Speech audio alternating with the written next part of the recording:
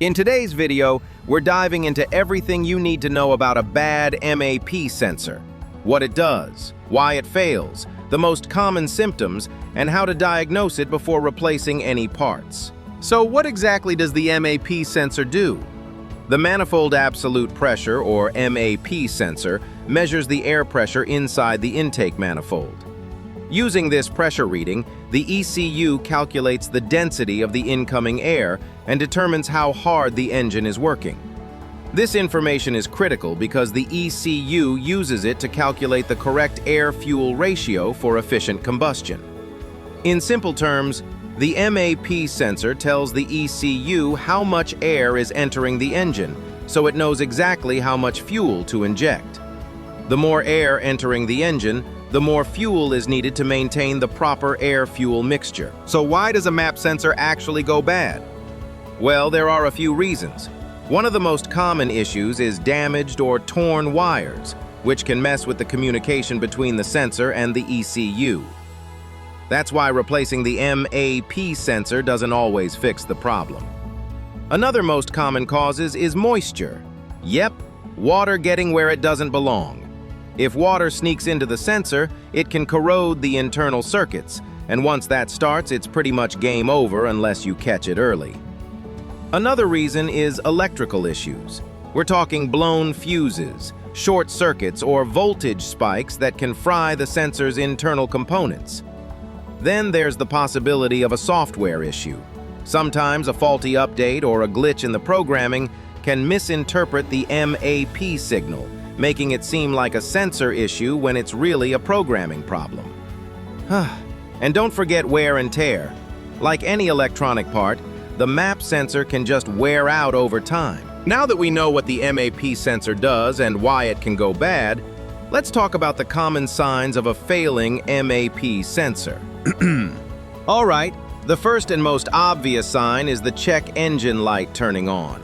When the ECU detects a problem with the MAP sensor signal, like if the signal is missing, inconsistent, too high, too low, or intermittent, it triggers the check engine light and stores a diagnostic trouble code. Think of these codes as your car's way of saying, "Hey, something's not right here." If you hook up an OBD2 scanner, you might see codes like P0105, which is a general MAP sensor malfunction. You could also see more specific codes like P0106, P0107, P0108, or P0109, depending on whether the issue is with the sensor's signal range, a low or high voltage input, or even an intermittent connection. Now, these codes don't always mean the MAP sensor itself is bad. A damaged connector, corroded terminals, broken wiring, or poor sensor ground can all prevent the MAP signal from reaching the ECU properly. That's why many people replace the MAP sensor, but the problem still comes back, because the real issue was actually in the wiring, connector, or circuit. So before replacing parts and hoping for the best, it's always smarter to test the sensor and circuit first. If you want to learn how to test these sensors yourself, Chapter 9 of Engine Sensors and OBD2 Codes, explained by Madhurjya Dutta, explains the exact step-by-step multimeter testing procedure, so you can confirm the fault before spending money on a new sensor. Let's move on to the next symptom of a bad MAP sensor, and that's rough idle. When the MAP sensor sends incorrect information to the ECU, the engine can't properly calculate fuel injection. As a result, the air-fuel mixture may become too rich or too lean. When that happens, you may notice the engine running unevenly while idling. It might feel like the car is shaking, surging, sputtering, or just not running smoothly when stopped at a red light or sitting in park. This happens because the ECU is basically trying to control the engine without accurate pressure data from the MAP sensor. So if your car vibrates unusually at idle, or feels like it's struggling to stay smooth, a faulty MAP sensor could be one of the possible causes. Now let's talk about one of the most noticeable signs of a bad MAP sensor, and that's poor acceleration. When the MAP sensor sends incorrect pressure readings to the ECU may inject too much fuel or not enough fuel. And when the air-fuel mixture is off, the engine can't produce power smoothly. You might press the gas pedal, but the car feels slow to respond. It may hesitate, feel weak, or struggle to pick up speed, especially when merging onto the highway, climbing a hill, or accelerating from a stop. Next symptom: decreased fuel economy. When the MAP sensor sends false air pressure readings to the ECU, the computer may think the engine needs more fuel than it actually does. As a result, the engine can start running too rich, meaning it burns more fuel than necessary. You may notice your fuel mileage dropping, more frequent trips to the gas station, or your car simply using more fuel than usual. This happens because the ECU is trying to compensate for incorrect air readings from the MAP sensor. So if your car suddenly becomes less fuel efficient without any clear reason, a bad MAP sensor could be one of the possible causes. Next symptom: black exhaust smoke. When the MAP sensor sends incorrect readings to the ECU, the engine may start running too rich. That means too much fuel is being injected and not all of it is burning properly. This unburned fuel can come out of the tailpipe as black smoke, especially during acceleration. And this is something you don't want to ignore, because a rich fuel mixture can quickly damage the catalytic converter. Another sign of a bad MAP sensor is unusual exhaust smell. When the MAP sensor sends incorrect pressure readings to the ECU, it can throw off the air-fuel mixture. This can lead to incomplete combustion, where the fuel doesn't burn properly inside the engine. When that happens, unburned fuel can make its way into the exhaust system. As a result, you may notice a strong, unpleasant odor, something like raw gasoline, sulfur, or rotten eggs. But hold on. Before jumping to the conclusion that the MAP sensor is bad, don't rush into replacing parts. Sometimes, the MAP sensor itself is perfectly fine, but another simple issue causes the ECU to interpret the signal as faulty. So before replacing the sensor, start with the basics.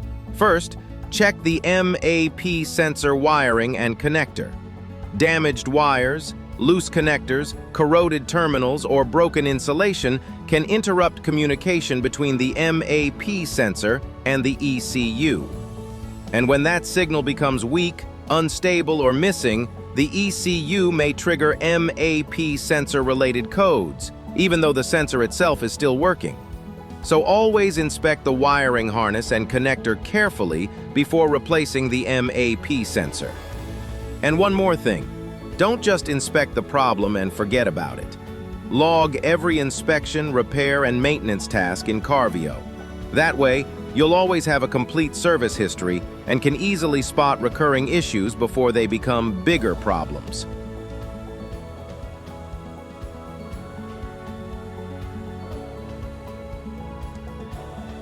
Next, check if the MAP sensor is dirty. Over time, dust, oil vapors, and other contaminants from the intake system can build up on the MAP sensor's sensing element or inside the sensor port. Since the MAP sensor is constantly exposed to incoming air, contamination is more common than many people realize. When dirt or oil buildup blocks the sensor, it can no longer measure intake manifold pressure accurately.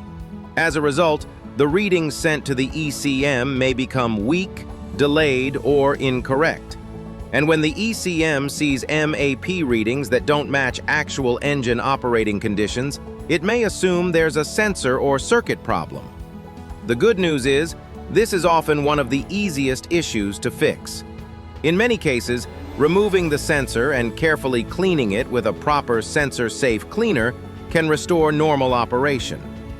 Just make sure you don't use harsh cleaners like brake cleaner or carb cleaner because they can damage the sensor. So before replacing the MAP sensor, always check if it's dirty or blocked first. Now, if the MAP sensor wiring looks good, the connector is clean, and the sensor itself isn't dirty, but the problem still continues, don't immediately assume the MAP sensor is bad.